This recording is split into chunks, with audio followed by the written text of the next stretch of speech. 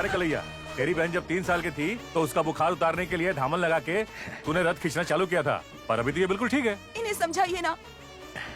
4 धामन और लगा दीजिए। भगवान तुझे खुशी देगा, खूब धन देगा, और ये देवी तुझे जीवन में खूब सुख समृद्धि देगी। भगवान से कहिए जो कृपा मुझ पर करने वाले हैं वो मेरी बहन पर करें।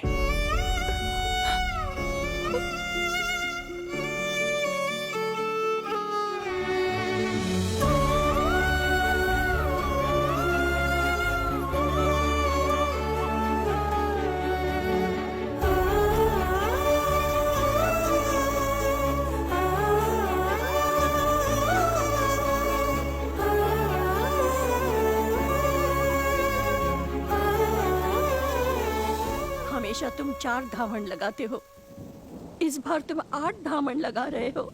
ऐसी कौन सी मन्नत मानी है बेटा तुमने? हाँ? अरे ये तो कुछ भी नहीं। मुझे हमेशा लगता था कि इसके लिए मैं ही सब कुछ हूं, और अब इसकी शादी की बातें हो रही हैं तो मुझे ये सच समझ में आ रहा है कि इसकी शादी के बाद इसका पति ही इसके लिए इसका सब कुछ होगा, और इनका जो बच्चा होगा वही इन दोनों का सब कुछ होगा। मैं तो इन्हें दूर से देखकर खुश रहूंगा।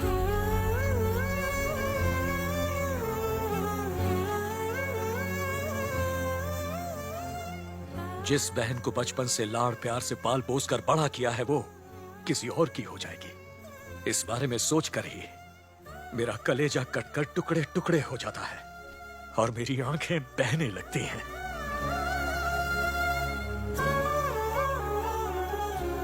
तेरा जीवन साथी मुझसे भी अच्छा हो, मुझसे ज्यादा कमाने वाला हो, जो संसार की सारी खुशियां तेरे कदमों में लाकर रख दे।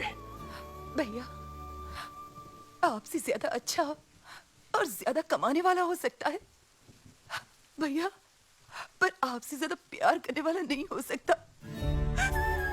मैं भी तो यही चाहता हूँ, इसीलिए तो और 4 धामन लगवा दिए।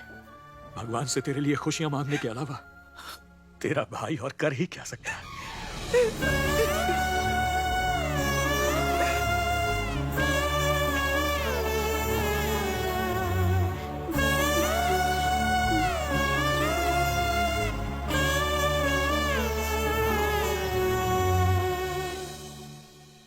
तुम सब लोग जा रहे हो, मुझसे नाराज हो क्या? नहीं चाचा, हम सब खुशी खुशी जा रहे हैं। आपके मना करने से हमें दुख होगा, इस बात का ख्याल रखकर आपने कभी ना नहीं बोला।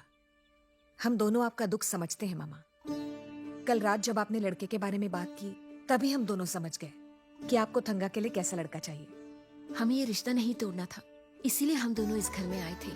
और आपकी बातों से हमें ये समझ आया कि रिश्ता निभाने के लिए उसमें प्यार का होना कितना जरूरी होता है। भले ही रिश्ता ना रहे फिर भी प्यार कम नहीं होना चाहिए। हम अपनी थंगा के लिए एक अच्छा लड़का ढूंढेंगे।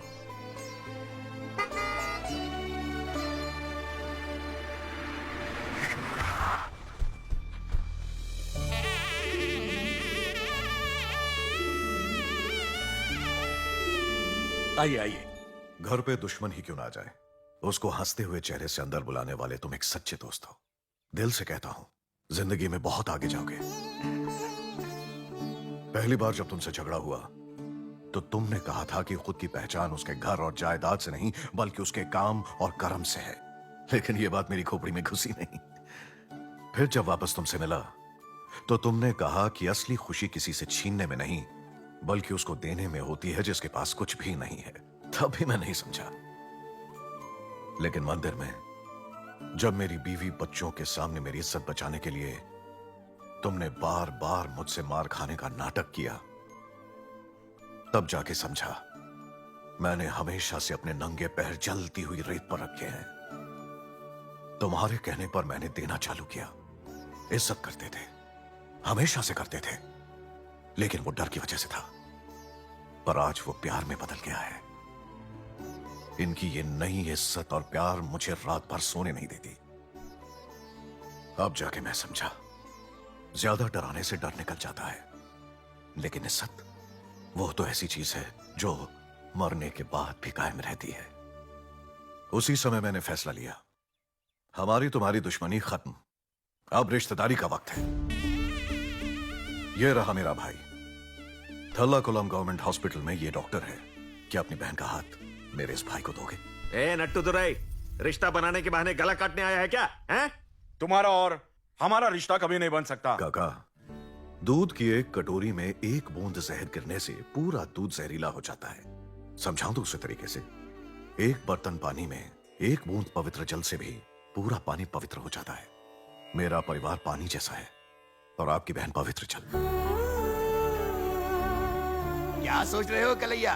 तुम जैसा चाहते थे बिल्कुल वैसा ही दूल्हा मिल रहा है तुम्हें। अरे अब तो हाँ कह दो। आप ये तो जानते हैं ना कि आपका और हमारा कुलदेवी का भी रिश्ता है। मैं हल्दी कुमकुम की कसम खा के कहती हूँ कि आपकी बहन को हम अपने घर में बेटी की तरह रखेंगे।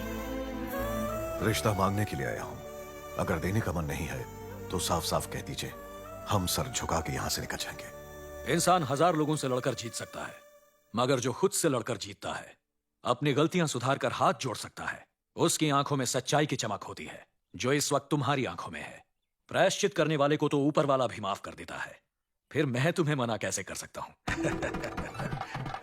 अगर थंगा की शादी किसी रईस से करवाऊं तो भी बीमार होने पर वो डॉक्टर को ही दिखाएगा, पर अगर डॉक्टर से ही शादी करवा दूं तो जिस ऊपर वाले को मैंने पुकारा, हाँ? लगता है वो भी यही चाहता है। तुमने सही कहा बेटा, स्वामी का आशीर्वाद है। तो कर दे रिश्ता। हाँ, कर ही देना चाहिए। तेरा भाई आज बहुत खुश है, तू भी खुश है ना बहना? आपकी खुशी में ही मेरी खुशी है। बच्चक्कड़े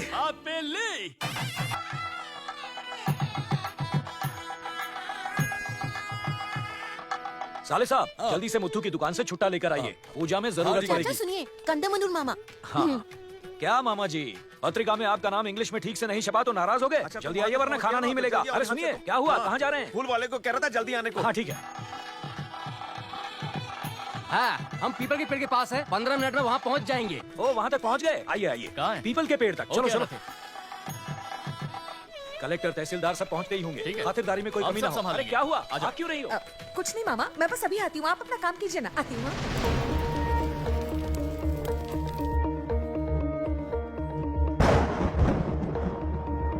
अरे लेकिन कहाँ गई होगी वो? हैं? तुम लोगों की कोई जिम्मेदारी है कि नहीं? अरे पता लगाओ कहाँ है वो। समझ में नहीं लेकिन आ रहा उसके कहाँ बाद चली क्या गई। हुआ, क्या हुआ मामा? देखो ना बेटा, थंगा कहाँ चली गई पता नहीं। यहीं होगी। हंगा